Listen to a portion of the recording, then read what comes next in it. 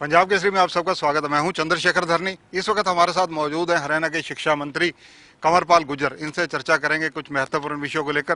गुर्जर साहब, जिस प्रकार से कोविड-19 की एक बार फिर से वापसी, पंजाब के अंदर कई जगह ब्लास्ट, पड़ोसी राज्य है, और इसके अलावा कई और स्टेट में लॉकडाउन, स्कूल बंद, कॉलेजेस बंद, हरियाणा की क्या स्थिति है?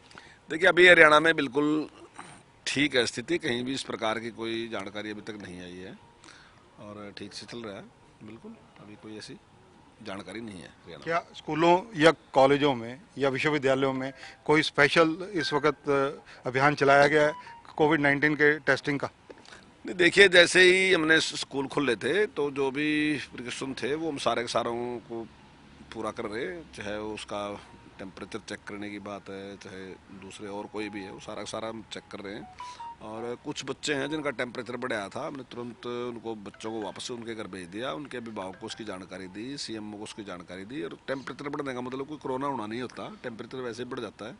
लेकिन हम बिल्कुल उसके मामले में कोई भी रिस्क नहीं लेना चाहते और हमने उस पर पूरा ध्यान दे रखा है। ये घटना कहाँ की है जहाँ पर आप अभी जिक्र कर रहे हैं? नहीं, तो कई जगह की है, एक जगह की नहीं। कई जगह हैं ऐसे बच्चे, कहीं 2 बच्चे, कहीं 4 बच्चे, कहीं 10 बच्चे। अब इतने स्कूल हैं, उनमें कहीं कहीं आया। जहाँ जहाँ भी इस प्रकार का कहीं जानकारी मिली तो उस पर हमने। पंजाब में आज लवली यूनिवर्सिटी के अंदर जैसा विस्फोट हुआ है, एकाएक सारी स्थिति नियंत्रण से बाहर जा रही है कोविड-19 को लेकर। जितनी सैंपलिंग हुई, ऑलमोस्ट 70% के करीब वहाँ पर कोविड पॉजिटिव पाए गए हैं। इन परिस्थितियों में किस प्रकार से आप सोचते हैं, क्या ऐसे सैंपलिंग हरियाणा में जरूरी नहीं है? तो देखिए, अगर इस प्रकार का कहीं भी कुछ भी नज़र आएगा, मान लीजिए कहीं उसके लक्षण होते हैं, ऐसा नहीं है, उसके लक्षण होते हैं। अगर इस प्रकार का कहीं भी होगा तो हम इस पर निर्णय लेंगे, चाहे स्कूल बंद भी करना पड़े, इसकी कोई वो नहीं है। मैंने पहले भी कहा था, और जब पिछली बार हमने स्कूल चालू किए थे, शुरू किए थे, तो उसमें भी इस प्रकार की दिक्कत आई तो हमने स्कूल बंद कर दिए थे उसके बाद भी। तो अगर कोई प्रॉब्लम आएगी तो निश्चित तौर से जो भी जरूरी होगा वो निर्णय लेंगे। तो क्या जो स्कूल नया सत्र शुरू होना था उसमें भी कुछ डिले होगा? कितना डिले हो सकता है? हाँ, निश्चित तौर से उसमें कुछ डिले होगा। मैक्सिमम 1 महीने तक हो सकता है। कोशिश करेंगे उससे कम हो, क्योंकि बच्चों का काफ़ी टाइम जो है कोविड की वजह से शिक्षा में काफ़ी दिक्कत उनको रही है। तो हम सोचते हैं कुछ सिलेबस अगर पूरा हो जाए तो ज़्यादा अच्छा रहेगा।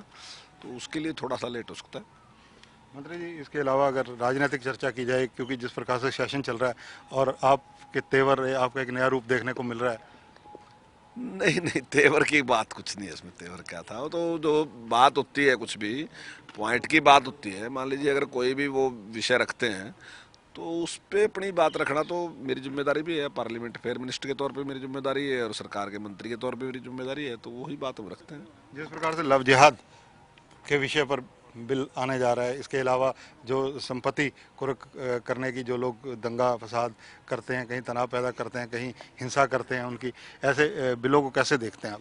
नहीं, दोनों ही बिल अच्छे हैं। देखिए, अगर किसी भी लड़की के साथ इस प्रकार से धोखा किया जाए, मान लो उसको पता ही ना हो कि उसका मजहब क्या है क्या नहीं है, और शादी करने के बाद उसको पता चले कि उसका मजहब दूसरा है, और यदि केवल कोई टारगेट करके किसी के साथ इस प्रकार से किया जाए धोखा, तो बिल्कुल वो गलत है। मैं समझता हूँ कि उनको दोनों को जानकारी होनी चाहिए, उनको सारी बातों की जानकारी होनी चाहिए।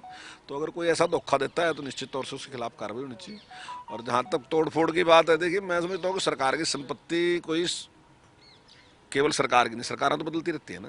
कोई सरकार ऐसी चीज़ तो है नहीं कि स्थिर सरकार है, कोई एक ही सरकार रहेगी और सारी उम्र उसने बदलना ही नहीं है सरकार ने। सरकार तो आनी जानी चीज़ है। जो सरकार की संपत्ति है और लोगों की संपत्ति है। अगर नुकसान होगा तो लोगों को ही नुकसान है उसमें, और अगर लोगों का नुकसान होगा तो उनकी डेवलपमेंट रुक जाएगी। तो ऐसे में कोई ज़्यादा लोग देते हैं, तो 1% लोग भी नहीं है। मैं कहता हूँ 1000 में एक आदमी मुश्किल से ऐसा होगा जो इस प्रकार के नुकसान करता है। तो अगर वो आदमी नुकसान करता है तो 999 लोगों को अगर वो भुगतना पड़ता है तो उसके खिलाफ कार्रवाई होनी चाहिए। तो कोई भी व्यक्ति अगर सरकार की संपत्ति तोड़ता है तो निश्चित तौर से उसके खिलाफ कार्रवाई होनी चाहिए और उससे ही भरपाई करानी चाहिए। इसमें कोई संशय नहीं है। तो इस प्रकार का एक बिल लेके आने रहे ताकि कोई भी इस प्रकार का नुकसान ना करे। विधानसभा के अंदर विपक्ष की भूमिका, विशेषकर कांग्रेस की, कैसे देखते हैं? क्योंकि इनेलो के विधायक तो इस्तीफा ही दे चुके हैं। नहीं, ठीक है भूमिका, मैं समझता हूँ अच्छी भूमिका है। जो एक विपक्ष ने करना चाहिए वो ठीक तरीके से वो कर रहे हैं, तो उनकी जिम्मेदारी है। तो मैं समझता हूँ ठीक है। अविश्वास प्रस्ताव आया, चाहे वो दयाशाही हो गया। दूसरी बात, बजट, कांग्रेस के तेवर तो दोनों बार आपने देखे ही हैं। देखिए, अविश्वास प्रस्ताव पे मैं समझता हूँ कि जो विषय लेके आए वो 3 कानून पे तो धराशायी है मामला, क्योंकि वो कोई रख नहीं सके। जो बार बार वो कह रहे थे काले हैं कानून, तो हमने बार बार पूछा कि बताओ काले कहाँ हैं, और दूसरा वो कह रहे थे जमीन के ऊपर कब्जा हो जाएगा। हमने बार बार पूछा कि बताओ कौन सी धारा ऐसी है जिसमें जमीन पे कब्जा हो सकता है। वहाँ तो साफ लिखा है कि जमीन पे आप किसी भी तरीके से ना उसको कुड़क कर सकते हो, ना रहन कर सकते हो, ना बैक कुछ कर ही नहीं सकते। तो वो इसका कोई भी जवाब वहाँ दे नहीं सके। जहाँ तक बजट के बारे में है तो जितने भी सवाल उन्होंने उठाए थे माननीय मुख्यमंत्री जी ने आज सभी का उनका जवाब दिया। और जो बजट है वो प्रगतिशील है। और माननीय मुख्यमंत्री जी ने कहा कि अगर पिछली 5 साल की सारी सारी आपकी स्टेटमेंट उठाएं तो स्टेटमेंट वही की वही है। हर बार वही स्टेटमेंट, चाहे कोई सा बजट आया तो हर बार वही स्टेटमेंट देगी। तो मैं समझता हूँ कि विपक्ष अपनी जिम्मेदारी समझता है कि कोई भी बजट आएगा उसको खराब बताना और जनता के खिलाफ बताना, इस प्रकार की वो जिम्मेदारी समझता है। जबकि बजट अच्छा है और वो मुख्यमंत्री जी ने सिद्ध भी किया वहाँ। धन्यवाद। तो ये हैं कंवरपाल गुर्जर, हरियाणा के शिक्षा व पर्यटन मंत्री हैं। इनका कहना है कि इस बार क्योंकि कोविड-19 की लहर एक बार फिर से वापसी की तरफ है, इसके चलते जो अगले सत्र हैं, क्लासेस हैं, वो कुछ डिले होंगी, यानी कि 1 मई के आसपास जा सकती हैं ये क्लासेस, यानी कि हरियाणा के स्कूल अब लेट लगेंगे। और जहाँ तक हरियाणा में कोविड-19 की स्थिति है, इस वक्त नियंत्रित बताई जा रही है, मंत्री जी ऐसा कह रहे हैं, लेकिन नज़र सरकार की इन सब घटनाक्रमों पर है। कैमरामैन सुनील के साथ चंद्रशेखर धरनी, पंजाब केसरी टीवी, चंडीगढ़।